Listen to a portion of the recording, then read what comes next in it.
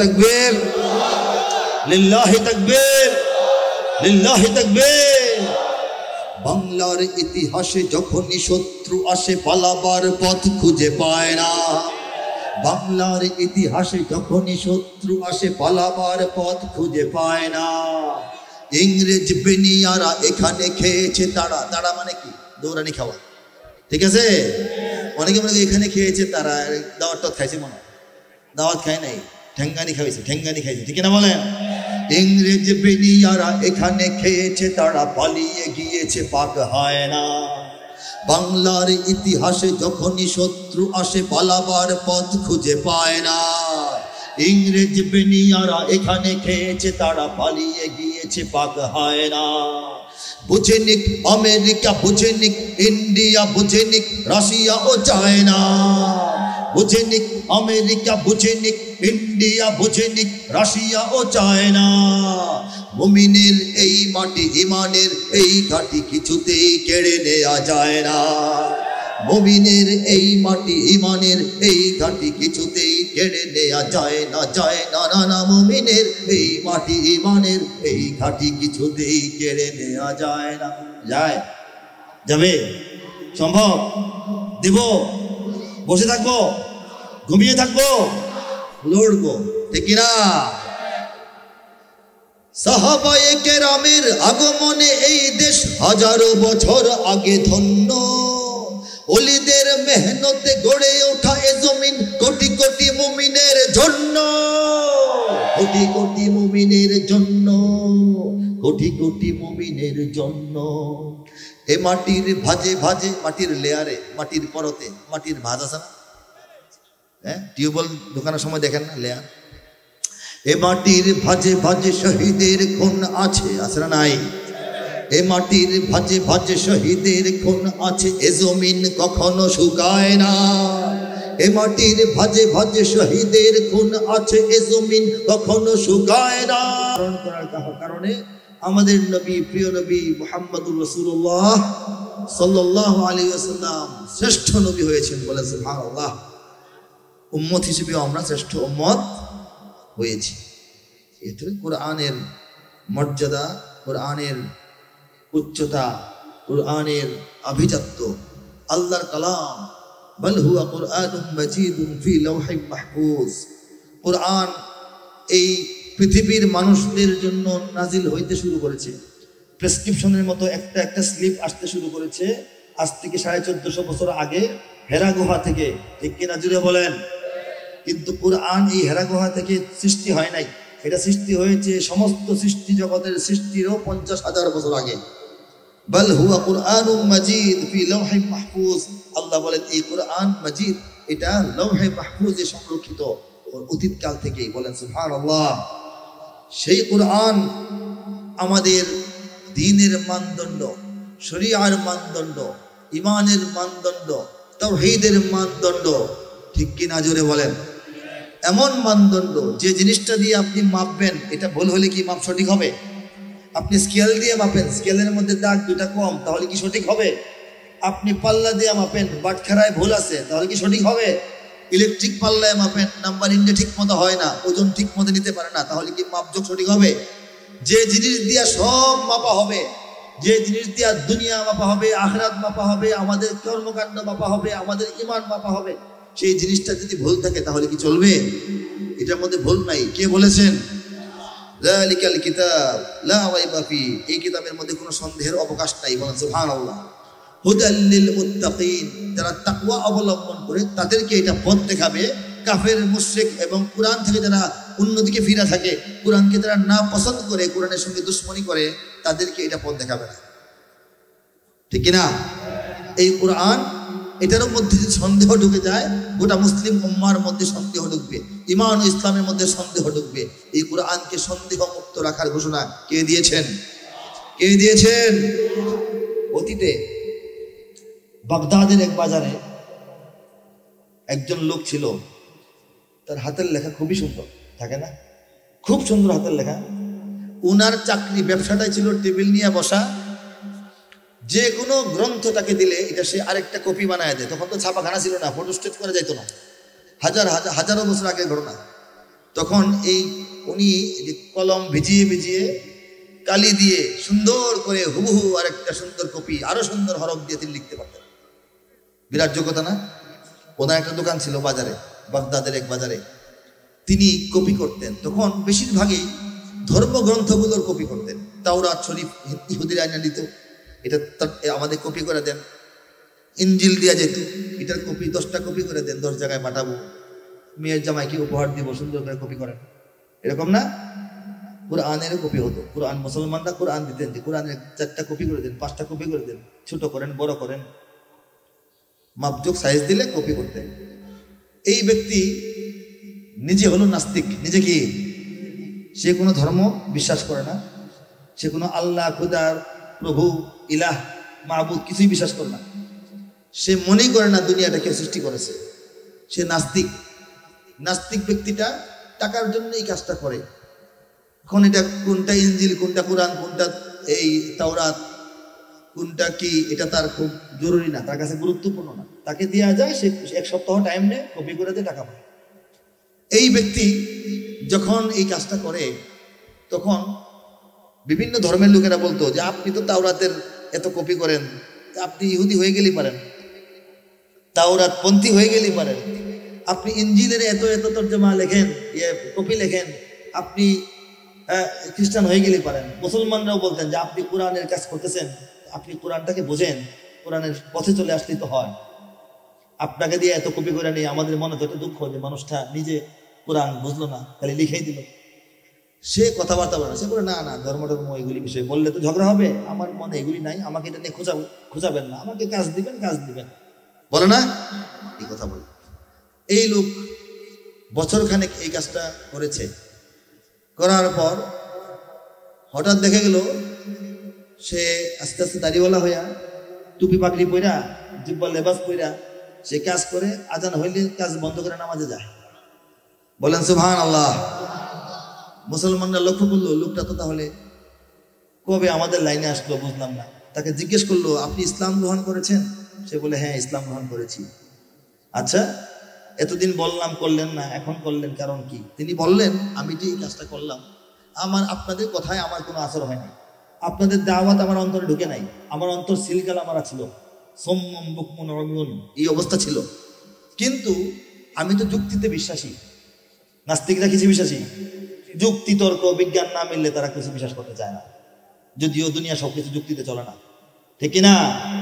হ্যাঁ, তো সে বলল যে আমি তো বহু ধর্মের ধর্মগ্রন্থ আমি করি, দেখলাম তাওরাত এবং জাবুর যে আসে, ইনজিল যে আসে, এটা এক একটা এক এক রকম, এক একটা এক এক রকম, আয়াতের মিল নাই।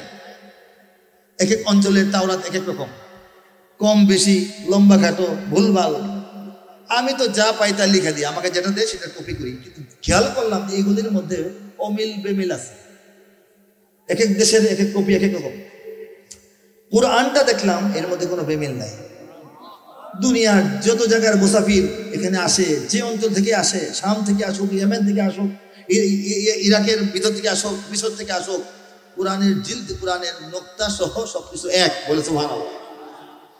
এরপর আমি একটা কাজ করলাম, আমি তাদের যে ইনজিল এবং তাওরাত এগুলির মধ্যে আমার মতো কিছু বেশ কম করলাম। দুই আয়াত লিখি না, নিজের মনের মতো 2টা কথা লিখে দিই আরবিতে ও তাদের ভাষায়। দেখলাম যে এটা নিয়ে কোনো অভিযোগ নাই, যেভাবে দিই সেভাবেই চলে যায়, আর আসে না। তারপর সাহস করে কোরআনের মধ্যে একটু কম বেশি করলাম, 3টা আয়াত বাদ, এক জায়গায় আয়াত একটু লম্বা করে আমার ইচ্ছা মতো লিখছি। এটা হওয়ার পর দেখলাম যে কাস্টমাররা ঘুরে আসে আমার কাছে, বলছি ভাই এটা লেখার ভুল হয়ে গেছে, ঠিক করে দিচ্ছি। লেখার ভুল হয়ে গেছে, ঠিক করে দিচ্ছি, ঠিকঠাক করে দিলাম। নিয়মিত যখন এরকম করতেছি তখন তো মানুষ খেপে গেছে, আমাকে ঘেরাও করছে, এই আপনি কি এই বাটপারি শুরু করছেন নাকি? আপনি কোরআনের মধ্যে কম লেখেন, বেশি লেখেন, উল্টাপাল্টা লেখেন, আয়াত আগে পরে করেন।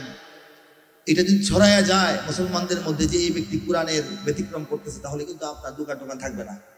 এই কথা বলার পর বললাম যে আমার দোকানও থাকবে, আমিও থাকবো, এবং আমি আপনাদের সঙ্গে থাকবো।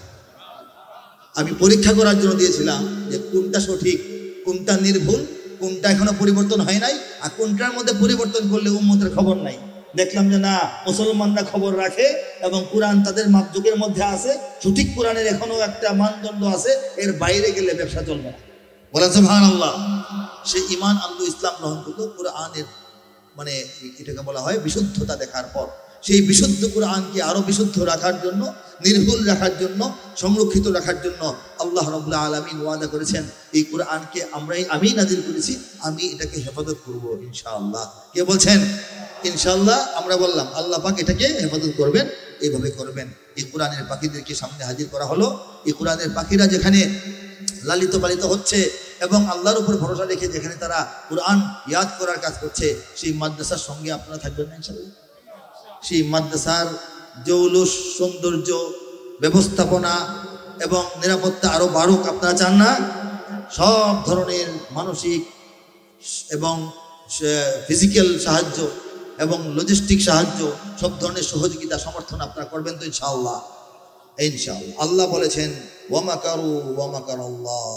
আল্লাহ বলেন আমার দুশমনরা, আমার নবীর দুশমনরা, আমার দ্বীনের দুশমনরা, আমার শরীয়তের দুশমনরা আমার মুমিন বান্দাদের বিরুদ্ধে, আমার দ্বীনের বিরুদ্ধে চক্রান্ত, ষড়যন্ত্র করতেই থাকে। পরে বলেন ওয়ামাকারাল্লাহ, কিন্তু তোমাদের আল্লাহ তিনিও তার পরিকল্পনা ঠিকভাবে গ্রহণ করেন, তিনিও তার কৌশল অ্যাপ্লাই করেন, অবলম্বন করেন। আল্লাহু খায়রুল মাকিরিন, এবং আল্লাহ নিঃসন্দেহে সর্বশ্রেষ্ঠ, সর্বোচ্চ পরিকল্পনাবিদ। বলেন সুবহানাল্লাহ। এই আমরা যারা আছি, এদেশে আছি, ঈমান নিয়ে আছি, কোরআন নিয়ে আছি, ইসলামকে নিয়ে আছি, শরীয়তকে নিয়ে আছি, আমাদের বিরুদ্ধে ষড়যন্ত্র চলছে গোটা বিশ্বে এবং দেশে, ঠিক কিনা বলেন? এই ষড়যন্ত্র আল্লাহ বলেছেন তাদের ষড়যন্ত্র সফল হবার নয়, আমি যে কৌশল করব, আমি যে পরিকল্পনা ঠিক করে রাখবো, সেইটাই সব জায়গায় বাস্তবায়িত হবে, ঠিক কিনা জোরে বলেন? কে বলেছেন? বাংলাদেশ এর জ্বলন্ত প্রমাণ। এই আয়াতের তর্জমা বললাম, এই আয়াতের ব্যাখ্যা এবং উদাহরণ যদি চান, উদাহরণ হচ্ছে সারা দুনিয়াতে অনেক আছে, এর মধ্যে বাংলাদেশ অন্যতম। বলেন সুবহানাল্লাহ। কত ষড়যন্ত্র, এরপরেও বাংলাদেশ এগিয়ে যাচ্ছে। 100, 200, 150 দেশের মধ্যে কুরআনুল হিফজুল কোরআনের প্রতিযোগিতায় বাংলাদেশের শিশুরা, কিশোররা 1 নম্বর হচ্ছে, কিনা বলেন? হ্যাঁ, এই বাংলাদেশ এমন এক দেশ, আল্লাহ এত ভালোবাসেন, এত মায়া করেন, এত দয়া করেন যে আরব বিশ্বের উন্নত রাষ্ট্র কাতার, কুয়েত, বাহরাইন, জর্দান, আরব আমিরাতের অংশগুলো এবং আরো অনেক জায়গা, যুদ্ধ বিধ্বস্ত জায়গাগুলি ছাড়া যত দেশ আছে, সৌদি আরবের অনেক এলাকা, এই সব জায়গায় দামি উন্নত মানের মসজিদ কায়েম হয় না? এত দামি মসজিদের একটা ওজুর কল বেচলে আমাদের এই গ্রামে একটা মসজিদ হয়ে যাবে, এরকম দামি ফিটিংস। সেই সব মসজিদ, নবীর দেশ, কোরআনের জমিন, কিন্তু সেই সব মসজিদের যোগ্যতর ইমাম খুঁজে বাংলাদেশ থেকে ইমাম সংগ্রহ করে নেওয়া হয়। সারা দুনিয়ায় নবীওয়ালা কাজ বলতে আমরা সহজে যেটা চিনি বললাম, প্রথমে চিনি বলবো না, প্রথমে নবীর আরো অনেক কাজ সহজে যেটা চিনি, দাওয়াত এবং তাবলীগের কাজ। সেই দাওয়াত ও তাবলীগের কাজের গোটা বিশ্বময় যে মিশন, সেই মিশনের সব চাইতে বড় ইজতিমা এবং জামায়াত বা সমাবেশটা হয় বাংলাদেশের রাজধানীর বুক চিরে বয়ে যাওয়া তুরাগ নদীর পারে টঙ্গীতে, ঠিক কিনা বলেন? আরবে তো হয় না, ভারতে যে তাবলীগের মূল মার্কাজ, সেখানে তো ইজতিমা হয় না। ইজতিমার ফয়সালা আল্লাহ কোথায় করেছেন? বলেন সুবহানাল্লাহ। আল্লাহ কি বাংলাদেশকে ছোট নজরে দেখতেছেন নাকি বড় নজরে? বাংলাদেশকে আল্লাহ পাক সম্মানিত করতেছেন, এটা আমাদের বুঝতে হবে, আমরা সম্মানিত হচ্ছি, ঠিক কিনা বলেন? সো এটা বুঝতে হবে রব্বুল আলামিন বাংলাদেশকে নিয়ে একটা পরিকল্পনা করেছেন, আর ওয়ামাকারু, তারা তাদের ষড়যন্ত্র করতেছে, কিন্তু আল্লাহ বলেছেন আমার পরিকল্পনা সবচেয়ে উত্তম, এটাই বাস্তবায়িত হবে এবং বাংলাদেশে হচ্ছে এবং হবে, ঠিক না? এদেশে আল্লাহু আকবারের সুরে সূর্য ওঠে, এদেশে আল্লাহু আকবারের সুরে সূর্য ডোবে, এদেশে আল্লাহু আকবারের সুরে সূর্য ওঠে, এদেশে আল্লাহু আকবারের সুরে সূর্য ডোবে। এদেশের মাল্লা মাঝি কিষান মজুর সবার ঠোঁটে শোনো রে লা ইলাহা ইল্লাল্লাহর জিকির ওঠে। এদেশের মাল্লা মাঝি কিষান মজুর সবার ঠোঁটে শোনো রে লা ইলাহা ইল্লাল্লাহর জিকির ওঠে। ইমানের তপ্ত আগুন জ্বলছে সবার বুকে বুকে, ইমানের তপ্ত আগুন জ্বলছে সবার বুকে বুকে। সে আগুন দেশ হতে দেশ দেশান্তরেও জ্বালতে হবে। এদেশে আল্লাহু আকবারের সুরে সূর্য ওঠে, এদেশে আল্লাহু আকবারের সুরে সূর্য ডোবে। ঠিক না? এদেশে প্রতিদিন সূর্য উদিত হয় ফজরের আজানে ধরিতে, ঠিক কিনা ধরে বলেন? প্রতিদিন সূর্য অস্তমিত হয় মাগরিবের আজানে ধরিতে, ঠিক কিনা বলেন? ইমানের তপ্ত আগুন জ্বলছে সবার বুকে বুকে, ঠিক হলে জোরে বলেন। কার কার বুকে সে আগুন আছে? তাকবীর দিয়ে হাত তুলে প্রমাণ করে দেখা।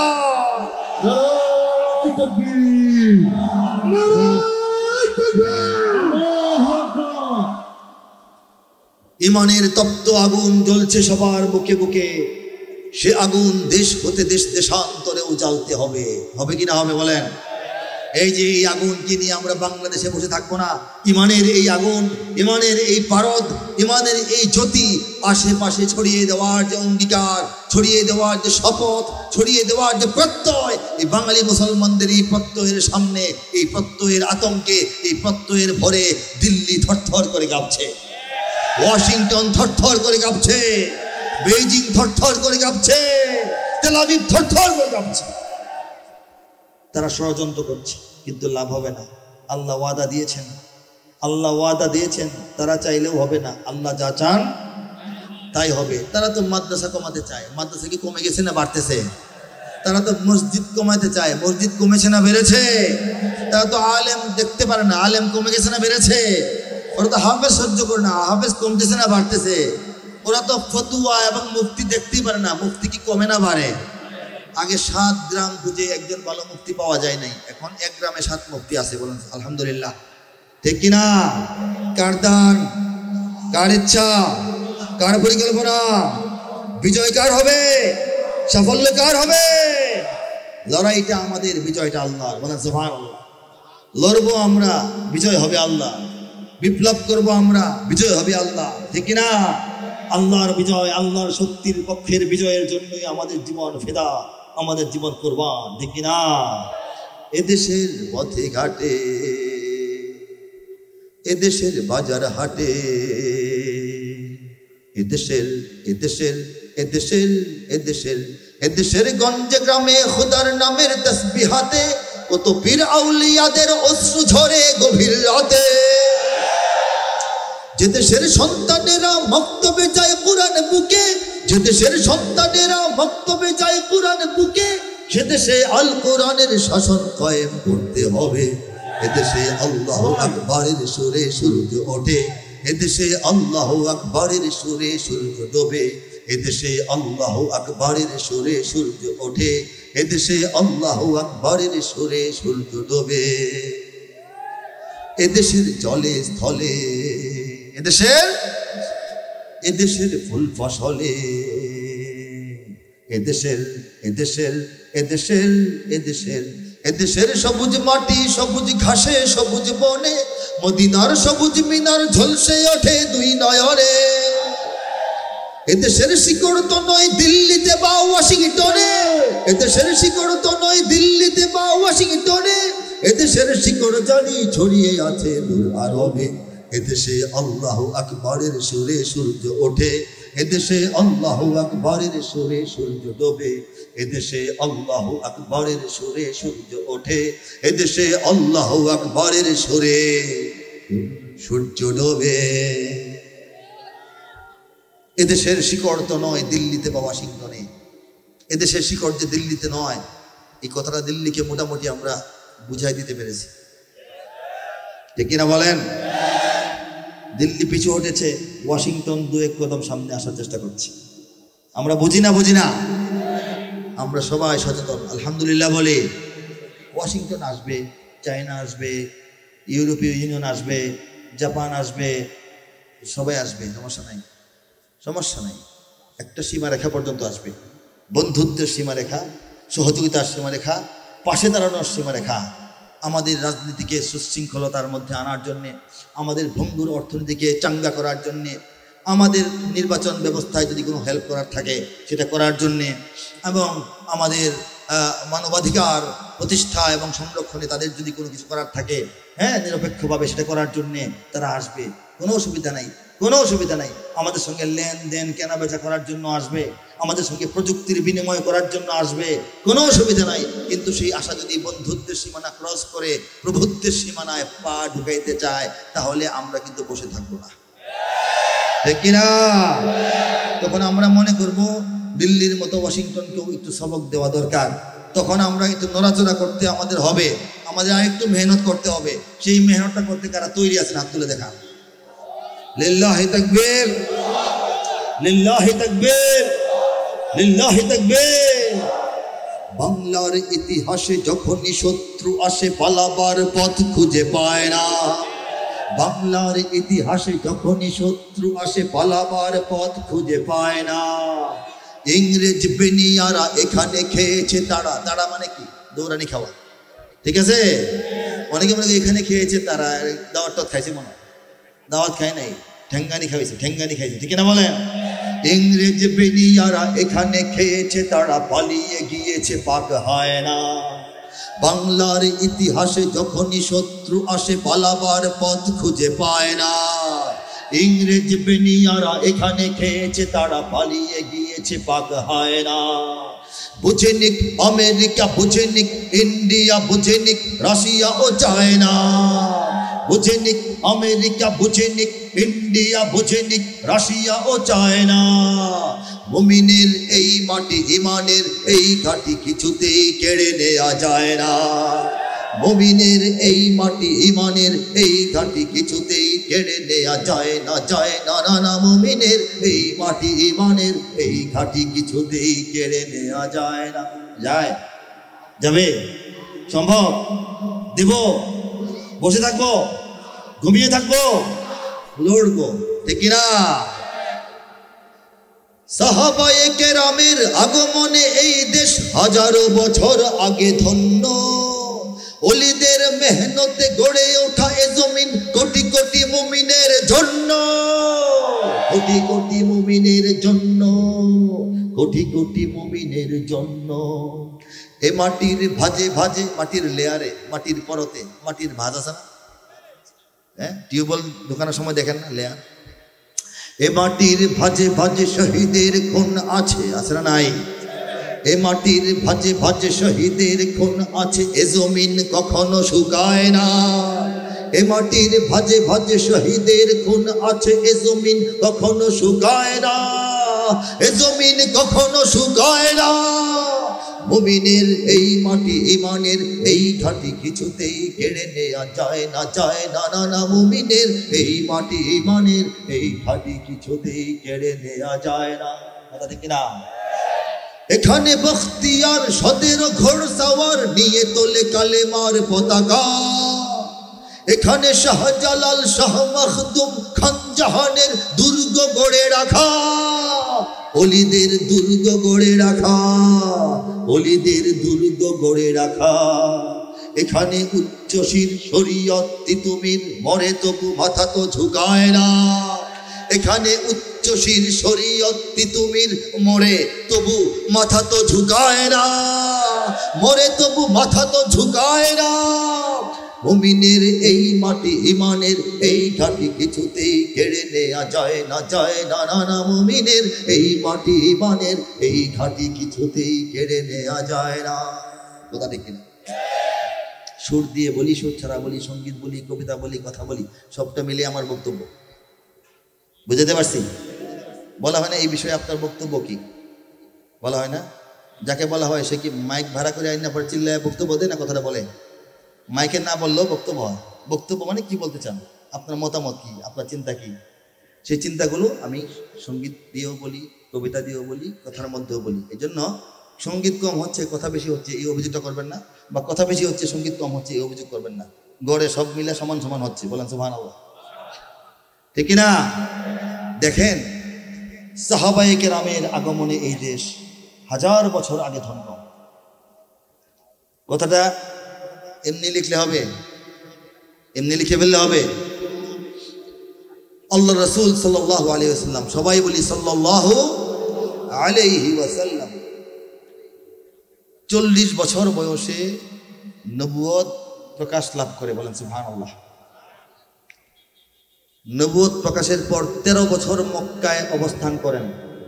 দুঃখ কষ্ট জ্বালা যন্ত্রণা অসুবিধা ভোগ করেও 13 বছর কোথায় থাকেন? মক্কায় থাকেন। এরপর হিজরত করে মদিনায় গিয়ে সেখানে আরো 10 বছর আল্লাহ পাক রাসূল সাল্লাল্লাহু আলাইহি ওয়াসাল্লামকে আমাদের চোখের সামনে দুনিয়ায় রাখেন। ঠিক কিনা বলেন? এখন চোখের আড়ালে। এই 63 বছর, 40 আর 13 53 আর 10 63, ঠিক না? নবুয়ত প্রকাশের পর, কোরআন নাজিল হওয়ার পর যে 13 বছর মক্কায় ছিলেন, এর প্রথম 5 বছর সাহাবায়ে কেরাম আজমাইনের উপর দুর্দান্ত নির্যাতন, চরম নির্যাতন, প্রকাশ্য নির্যাতন, একেবারে এটাকে বলা হয় যেটা নাকি দেখে সহ্য করা যায় না, শুনে সহ্য করা যায় না, অমানবিক নির্যাতন চলে। অধিকাংশই দরিদ্র সাহাবা, অধিকাংশই কৃতদাস সাহাবি, অধিকাংশই দেখা যায় যে দুর্বল, সামাজিকভাবে দুর্বল সাহাবি, তাদের উপর জুলুমের স্টিম রোলার নেমে আসে। হযরত খাব্বাব, হযরত খুবাইব, তাদের ইতিহাস আমরা জানি। হযরত হাবশি বিলাল রাদিয়াল্লাহু তাআলা আনহুর ইতিহাস আমরা জানি। হযরত সুমাইয়ার ইতিহাস আমরা জানি। আর অনেক জানা অজানা সাহাবীদের উপর নির্মম নির্যাতন নেমে আসে। আমাদের হযরত ওসমান রাদিয়াল্লাহু তাআলা আনহু, অভিজাত মানুষ, নাক উঁচা মানুষ, রুচিশীল মানুষ, শৌখিন মানুষ, গরিব না ধনী? ধনী। ওনার ব্যাংক অ্যাকাউন্ট এখনো চালু আছে মদিনা, জানেন এটা? হযরত ওসমান রাদিয়াল্লাহু তাআলা আনহুর ব্যাংক অ্যাকাউন্ট এখনো মদিনায় চালু আছে। এখানে টাকা জমা হয়, এটা দিয়ে ভালো কাজ করা হয়। বলেন সুবহানাল্লাহ। ওনার নামে ব্যাংক অ্যাকাউন্ট এখনো মদিনার ব্যাংকে চালু আছে। এটা সাংঘাতিক ব্যাপার না? উনি তো অচেনা কেউ না, উনি তো বংশ তেমন উন্নত না, এরকম না। উমাইয়া বংশের, যে উমাইয়া বংশ দুনিয়া শাসন করেছে 17 বছর, উমাইয়া বংশের একজন ব্যক্তি, নিজে কত ধনী, উনাকেও যে নির্যাতন করা হয়েছে এটা আমরা অনেকে জানি না। মনে করি আবু বকর, ওসমান, ওমর, তারা তো আর নির্যাতন শিকার হন নাই রাদিয়াল্লাহু তাআলা আনহু।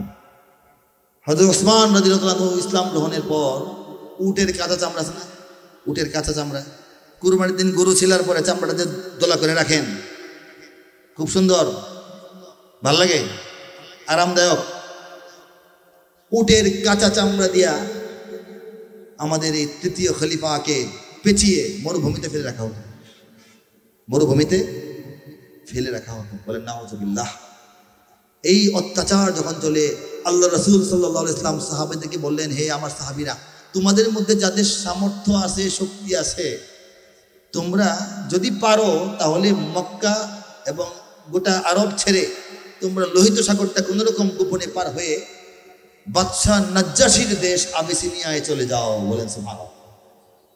মদিনায় হিজরত সংগঠিত হওয়ার আগে আরো 2টা হিজরত হয়েছিল আবিসিনিয়ায়। উলামায়ে কেরাম জানেন, যারা সিরাত পড়েন তারা জানেন। আবিসিনিয়া হচ্ছে বর্তমান বিশ্বের ইথিওপিয়া। তখনকার আবিসিনিয়া, আরো আগে এটাকে বলা হতো হাবশা, যে কারণে হাবশি বলা হয়, বিলাল রাদিয়াল্লাহু আনহুর দেশ।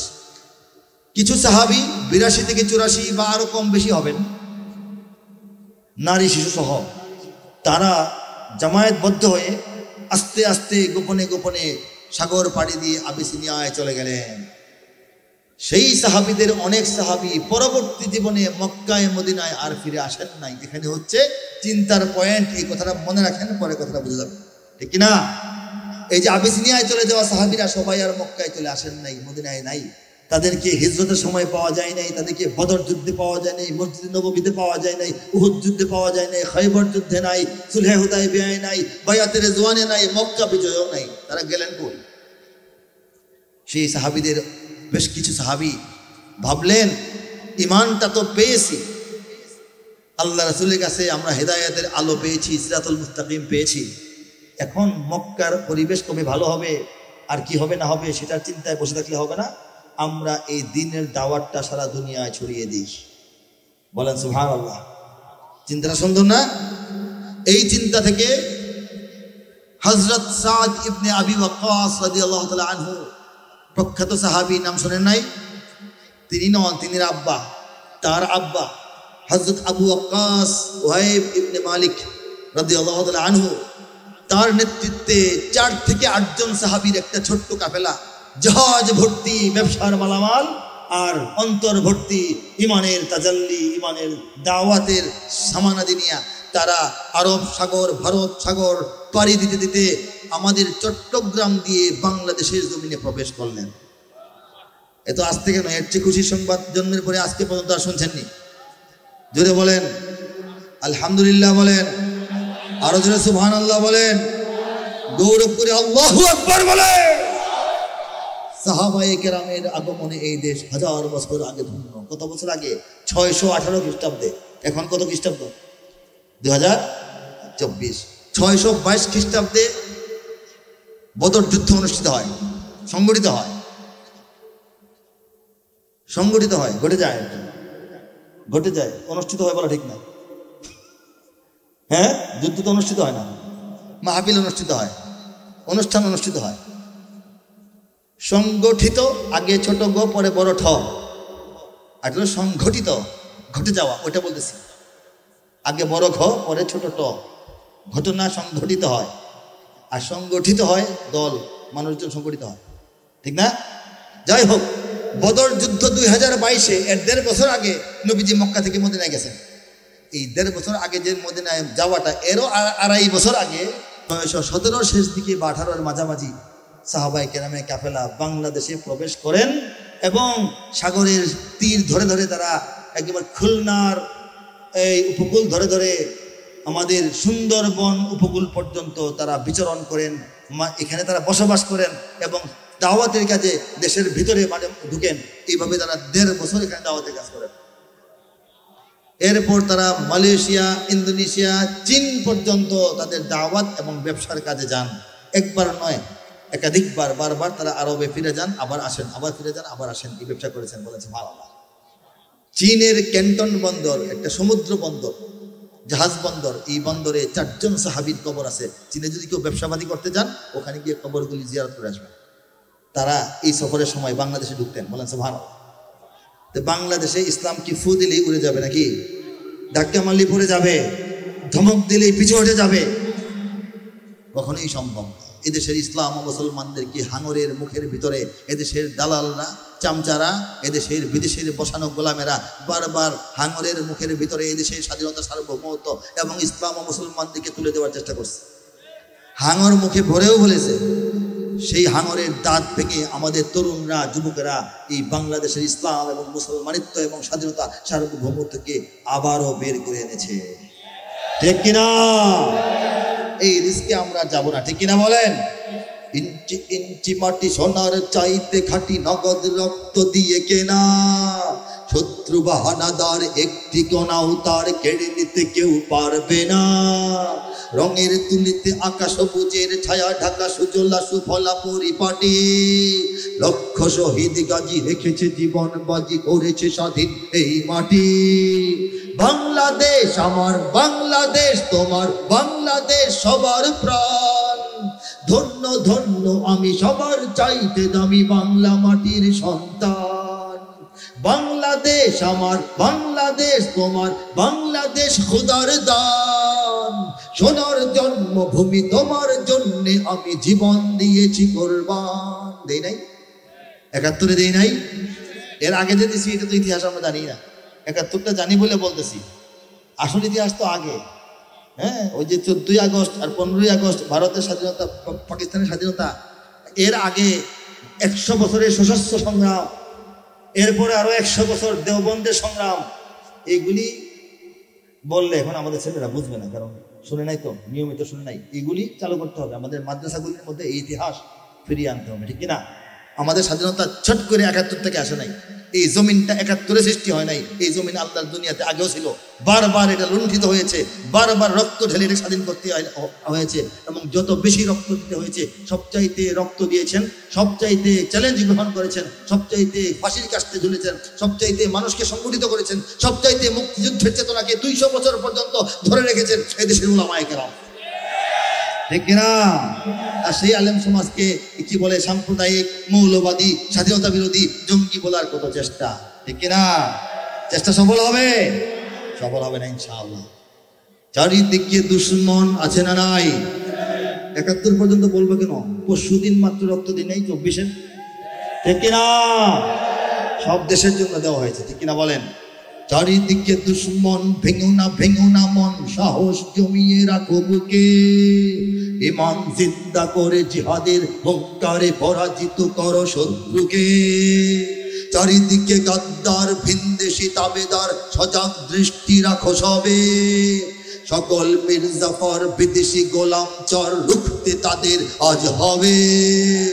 বাংলাদেশ আমার, বাংলাদেশ তোমার, বাংলাদেশ অম্লান, বুকের রক্ত ঢেলে রেখেছি সবাই মিলে মাতৃভাষার সম্মান।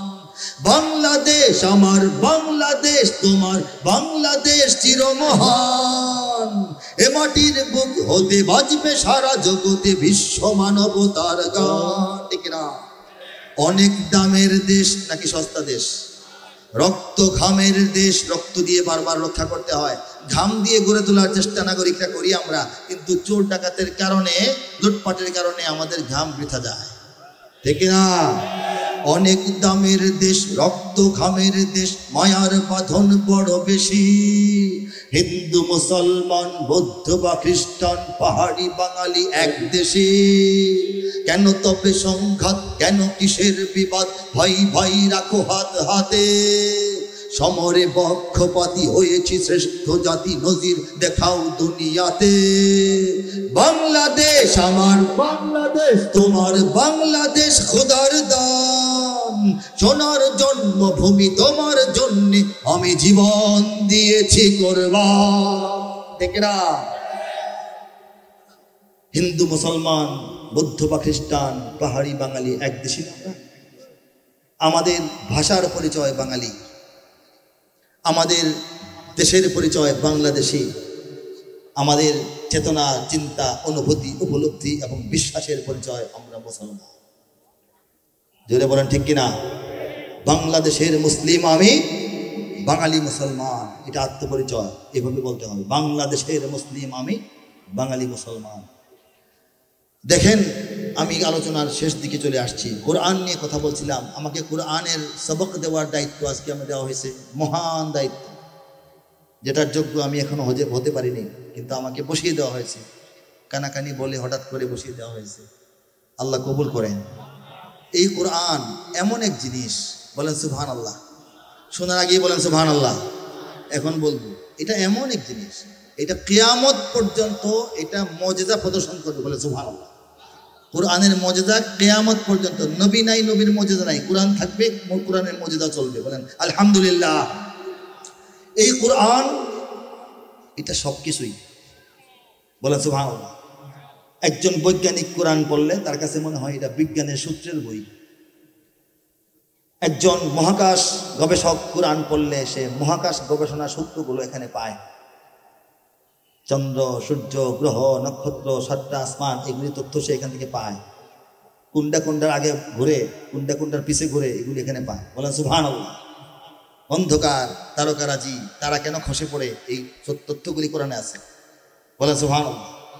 একজন কবি যখন কোরআন পড়ে, তখন কোরআনের কবিতাগুলি তার কাছে সুন্দর লাগে, কোরআনটা কবিতার মতো লাগে, সূরাগুলো সুন্দর, ছান্দিক কবিতাগুলো কত সুন্দর। হ্যাঁ, এই যে সৌন্দর্য। একজন সাহিত্যিকের কাছে কোরআনকে সর্বোচ্চ মার্গের আরবি সাহিত্য মনে হবে, ঠিক না? একজন ইতিহাস গবেষকের কাছে কোরআনকে মনে হবে ইতিহাসের গ্রন্থ, ইতিহাস থেকে কত কথা চলে আসছে। একজন ভূগোল বিশারদের কাছে কোরআনকে মনে হবে এটা হচ্ছে একটা জিওগ্রাফি, ভূগোলের জ্ঞানের গ্রন্থ। একজন এই মেডিকেল সায়েন্সের এই লোকের কাছে মনে হবে এটা তো চিকিৎসা বিজ্ঞানের বিরাট তথ্য সম্বলিত বই, ঠিক কিনা বলেন? এটা হচ্ছে ব্যাপারটা এমন। একজন গল্প পড়নেওয়ালার কাছে মনে হবে কোরআন তো গল্পের বই, কত সুন্দর সুন্দর গল্প, কত সুন্দর সুন্দর গল্প।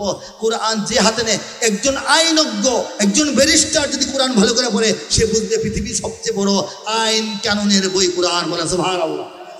এটা কোরআনের মজেদা, ঠিক কিনা? যত মানুষ যতভাবে পড়বে কোরআন ততভাবেই তাকে মুগ্ধ করবে, বলে সুবহানাল্লাহ। এই কোরআনের মজেদা শেষ হবার নয় কিয়ামত পর্যন্ত, ঠিক কিনা?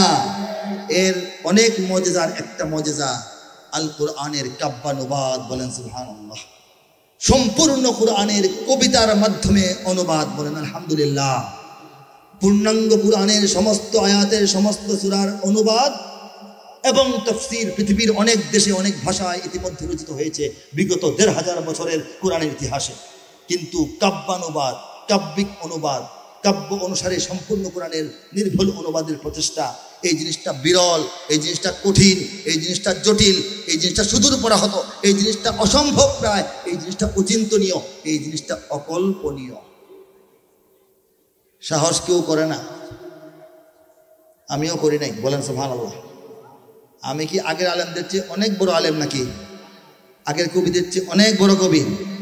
তাদের সাহস ছিল না, আমার অনেক সাহস, এরকম? এটা সাহসের ব্যাপার না। আল্লাহ চাইলে হবে, না চাইলে হবে না।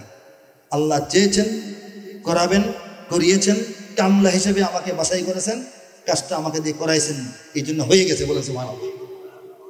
সম্পূর্ণ কোরআনের কাব্যিক অনুবাদ করতে হলে এর ভাষার মান ঠিক থাকতে হবে, সাহিত্যের মান ঠিক থাকতে হবে, কাব্য মান ঠিক থাকতে হবে, ছন্দ ঠিক থাকতে হবে, অন্তমিল ঠিক থাকতে হবে, তাল লয় মিল থাকতে হবে, এটার নাহু সরফের কায়দা কানুন ঠিক থাকতে হবে, এটার ফাসাহাত বালাগাত ঠিক থাকতে হবে।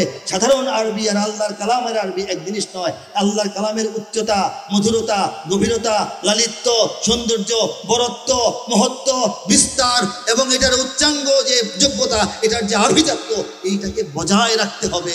এটার ধারাবাহিক অনুবাদ শুরু থেকে শেষ পর্যন্ত হইতে হবে। প্রত্যেকটা আয়াতে কারিমার স্বতন্ত্র স্বতন্ত্র অনুবাদ হইতে হবে। আল্লাহর কালাম পড়লাম, নিজে নিজে একটা বুঝলাম, মানুষকে বুঝাই দিলাম, তাহলে হবে না। আল্লাহ যা বলেছেন, যেটা বুঝিয়েছেন, যেটা বোঝানো বুঝাইতে চাওয়া হয়েছে, সেটা লিখতে হবে, ঠিক কিনা বলেন? একজন কবি, কোরআনের আয়াত তো বাড়ানো যাবে না, কমানো যাবে না, চেঞ্জ করা যাবে না, পণ্ডিতি করলে চলবো। কবির কাব্যের পাণ্ডিত্য কোরআনে খাটবে না, কারণ এখানে আমি স্বাধীন নই। যা শব্দ ইচ্ছা লিখলাম, একটা লিখলাম মিলতেছে না, কাটটা ফেললাম, অন্য কথা লিখে ফেললাম, এটা তো হবে না। লিখছিলাম ডাল, ডালটা সুন্দর লাগে না, চাল লিখে ফেললাম, এটা তো হবে না, ঠিক কিনা? এই জন্য এটা হয় নাই, দুনিয়াতে এটা হয় নাই, এই কারণেই হয় নাই। সুন্দর সহি শুদ্ধভাবে গ্রহণযোগ্য মাত্রায় যে হয় নাই, হ্যাঁ, আগে থেকে করেন না, উনি করলেন কেন? এটা কোনো প্রশ্ন না, এটা কোনো প্রশ্ন না। কেউ তো পারে নাই, উনি পারবেন কেমনে? এটা কোনো প্রশ্ন না, এটা কোনো প্রশ্ন না, এটা অবান্তর প্রশ্ন। আল্লাহ পারলে পারবো, না পারলে পারবো না, ঠিক কিনা? হ্যাঁ, আফগানিস্তানের মুজাহিদরা যখন মজলুম ছিলেন, চূড়ান্ত রাশিয়ার বিরুদ্ধে যুদ্ধ করেন, তখন ওমা রমাইতা ইজ রমাইতা ওয়ালাকিন্নাল্লাহ রামা বইলা পাথর নিয়ে, কাঙ্কুর নিয়ে ঢিল মারলে বিমান পড়ে যেত। আমি তো পারি না, আমি এটা একটি ঢিল মারলে তো আমার তালুর মধ্যে আসে লাগে, এটা বলে লাভ আছে? আল্লাহ সাহায্য তো আল্লাহ আছে দুনিয়াতে, আল্লাহ সাহায্য করলে হবে, হবেই না, সম্ভবই না। কেন করলেন? এটা উচিত না, এটা তো পারার কথা না, আপনি কেন পারলেন? এটা তো আল্লাহর ক্ষমতাকে আপনি অস্বীকার করতেছেন। আল্লাহর ক্ষমতা আছে না পারানোর? পারাইছেন, আলহামদুলিল্লাহ বলেন। শুনবেন এক পৃষ্ঠা, আউযু বিল্লাহি মিনাশ শাইতানির রাজীম, বিসমিল্লাহির রহমানির রহিম। বিতাড়িত শয়তান থেকে চাই আল্লাহর আশ্রয়, বিতাড়িত শয়তান থেকে চাই আল্লাহর আশ্রয়, আল্লাহর নামে যিনি দয়াবান পরম করুণাময়। সূরা আর-রহমানের শেষ পৃষ্ঠা শোনাবো। এটা আমাদের সর্বসাধারণ মুসলমান ভাইরা খুব ভালো করে জানেন, চিনেন, অনেকটা আন্দাজও করতে পারেন। এই জন্য কাআন্নাহুন্নাল ইয়াকুত ওয়াল মারজান। একটু বাতাস করলে আরাম লাগবে, কেউ আছেন? ঘামতেছেন। কাআন্নাহুন্নাল ইয়াকুত ওয়াল মারজান ফাবিআইয়ি আলাই রাব্বিকুমা তুকাযযিবান হাল জাযাউল ইহসানি ইল্লাল ইহসান ফাবিআইয়ি আলাই রাব্বিকুমা তুকাযযিবান ওয়া মিন দুনিহিমা জান্নাতান ফাবিআইয়ি আলাই রাব্বিকুমা তুকাযযিবান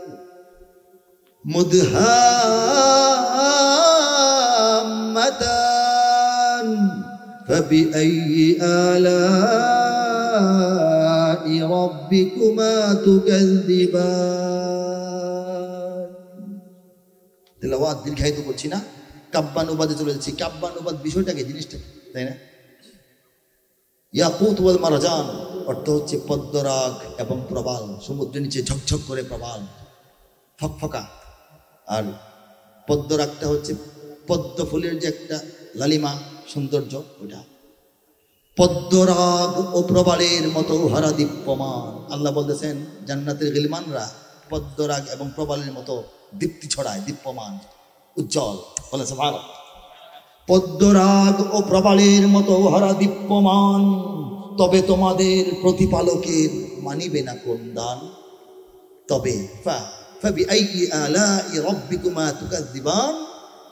তবে তবুও তথাপি তদুপরি এত সত্ত্বেও এরপরেও তোমরা তোমাদের রবের কোন দান, কোন নিয়ামত, কোন অনুদানকে অস্বীকার করবে, মানিবে না। ঠিক কিনা বলেন? পদ্মরাগ ও প্রবালের মতো হারা দীপ্যমান, তবে তোমাদের প্রতিপালকের মানিবে না কোন দান। উত্তম কাজে উত্তম ছাড়া কিবা হবে প্রতিদান, তবে তবে তবে তোমাদের প্রতিপালকের মানিবে না কোন দান। এ দুটি ছাড়াও সেখানে রয়েছে আরো দুটি উদ্যান, তবে তোমাদের প্রতিপালকের মানিবে না কোন দান। উদ্যান দুটি কৃষ্ণাভ ঘন সবুজ দৃশ্যমান, তবে তোমাদের প্রতিপালকের মানিবে না কোন দান। দুটি উদ্যানে রবে চঞ্চলা ঝরনা প্রবহমান, তবে তোমাদের প্রতিপালকের মানিবে না কোন দান। তাতে ফলমূল খেজুর আনার থাকিবে বিদ্যমান। বাড়িয়েও বলছি না, কমিয়েও বলছি না, সাজিয়েও বলছি না, কোরআন থেকে বলছি। ফীহিমা ফাকিহাতুন ওয়া নাখলুন ওয়া রুম্মান, তাতে ফলমূল খেজুর আনার থাকিবে বিদ্যমান, তবে তোমাদের প্রতিপালকের মানিবে না কোন দান। সুশীলা রূপসী রমণী কুলের সেখানে অবস্থান, তবে তোমাদের প্রতিপালকের মানিবে না কোন দান। আর সে হুরেরা স্বর্গ তাঁবুতে রবে অপেক্ষমান, তবে তোমাদের প্রতিপালকের মানিবে না কোন দান। তাহাদের আগে না ছুঁয়েছে জিন, না ছুঁয়েছে ইনসান, তবে তোমাদের প্রতিপালকের মানিবে না কোন দান। আল্লাহ বলেন লাম ইয়াতমিসহুন্না ইনসুন ক্বাবলাহুম ওয়ালা জান। হে মুমিন বান্দারা, হে জান্নাতবাসীরা, তোমরা ছোঁয়ার আগে, তোমরা টাচ করার আগে, তোমরা স্পর্শ করার আগে, তোমরা দেখার আগে, তোমরা উপভোগ করার আগে কোনো ইনসান, কোনো জিন এই হুরপুরীদেরকে কখনো স্পর্শ করে নাই। ঠিক না? সবুজ ও সুন্দর গালিচায় বসিবে দিয়ে হেলান, তবে তোমাদের প্রতিপালকের মানিবে না কোন দান। সর্বশেষ আয়াত, তাবারাকাসমু রাব্বিকা যিল জালালি ওয়াল ইকরাম। আল্লাহর দয়ায়, আল্লাহর মায়ায়, আল্লাহর করুণায়, আল্লাহর কৃপায়, আল্লাহর ইচ্ছায়, আল্লাহর ফয়সালায়, আল্লাহর সাহায্যে এই নগণ্য বান্দার হাতে যে অনুবাদটা দাঁড়িয়েছে সেটা হচ্ছে, কত সুমহান হে নবী তোমার রবের নামের শান। কত সুমহান হে নবী তোমার রবের নামের শান।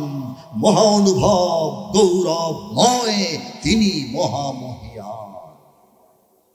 ঠিক এই তালে, এই মিলে, এই মাপে, এই সৌন্দর্যে, এই ডিজাইনে, এই প্যাটার্নে আল্লাহ রাব্বুল আলামিন কোরআনের সহজ, কঠিন, জটিল, সহজ, সরল, ছোট বড় সমস্ত আয়াত শুরু থেকে শেষ পর্যন্ত টোটালটা কোরআনের তর্জমার কাজ, কাব্যিক তর্জমার কাজ আল্লাহ রাব্বুল আলামিন করিয়ে নিয়েছেন মাত্র 240 দিনের মেহনতে। এখন বলেন, এটা কোরআনের মুজিজা না? কার দান? আমার কৃতিত্ব? আমার কবিত্ব? এটা কার দান? কার ফয়সালা? কার ইচ্ছা? আল্লাহ। আল্লাহ পাক কবুল করুন, হেদায়েতের ওসিলা হিসেবে কবুল করুন, আমাদের সিরাতুল মুস্তাকিমে ওঠার একটা দিশারি হিসেবে কবুল করুন, কোরআন বিদ্বেষীদের হেদায়েতের জন্য কবুল করুন, আমিন। এটার প্রত্যেক পৃষ্ঠায় এক পাশে কোরআনের আয়াতে কারিমা হুবহু একদম সাথে সাথে এটার নাম্বার দিয়ে দিয়ে এর পাশে পাশেই এর বাংলা কাব্যিক অনুবাদ, এক ভলিউমে পূর্ণ কোরআন শেষ। এটা আল্লাহ কোনো এই 2-3টা ভলিউম নয়, একটা ভলিউম। যারা সংগ্রহ করতে চান, আগ্রহ রাখেন, সামর্থ্য রাখেন, আজকে প্রস্তুতি রাখেন, অনেকে সামর্থ্যবান, আজকে পকেটে টাকা নাই, হতে পারে না, প্রস্তুতি আছে, তারা আমার গাড়ি থেকে অল্প কয়েকটা কপি সংগ্রহ করে নেবেন। সারা বাংলাদেশে অনলাইন অফলাইন গিয়ে আনা, লোক পাঠিয়ে আনা, কেউ হাদিয়া দেওয়া, সব দাম হলো একটা 1200। আর মাহফিলের মঞ্চ থেকে আমার একদম গাড়ি থেকে যারা সংগ্রহ করেন তাদেরকে জিনিসটা 1000 টাকা দিয়ে দেওয়ার অনুমতি প্রকাশক দিয়েছেন, এই জন্য এটা দিয়ে দেওয়া হয়। আপনারা 1000 টাকা মূল্যে আজকে যদি কেউ ক্রয় করে এটা নিজেদের পারিবারিক লাইব্রেরিতে রাখতে চান রাখতে পারবেন। আল্লাহ পাক কবুল করুন। আমি আলোচনা শেষ পর্যায়ে চলে এসেছি। আল্লাহ পাক আমাদেরকে যা বললাম তা বোঝার এবং আমল করার তৌফিক দান করুন। আল্লাহ রাব্বুল আলামিন আমাদেরকে নিরাপত্তা দান করুন। আল্লাহ পাক রব্বুল আলামিন আমাদেরকে সুস্থতা দান করুন। আল্লাহ রাব্বুল আলামিন আমাদেরকে হিদায়াতের উপর কায়েম রাখুন। আল্লাহ রাব্বুল আলামিন আমাদের নেক চিন্তা, নেক চেষ্টা, আন্দোলন, অভ্যুত্থান, বিপ্লব সবকিছুকে ইসলামের জন্য কবুল করুন। আল্লাহ পাক আমাদেরকে হেদায়েত করুন। আল্লাহ পাক আমাদেরকে ক্ষমা করুন। আল্লাহ পাক আমাদেরকে দুনিয়া এবং আখিরাতে সমস্ত কল্যাণ দান করুন, সমস্ত অকল্যাণ থেকে হেফাজত করুন। آمين وآخر دعوانا أن الحمد لله رب العالمين والصلاة والسلام على سيد المرسلين. السلام عليكم ورحمة الله وبركاته. الله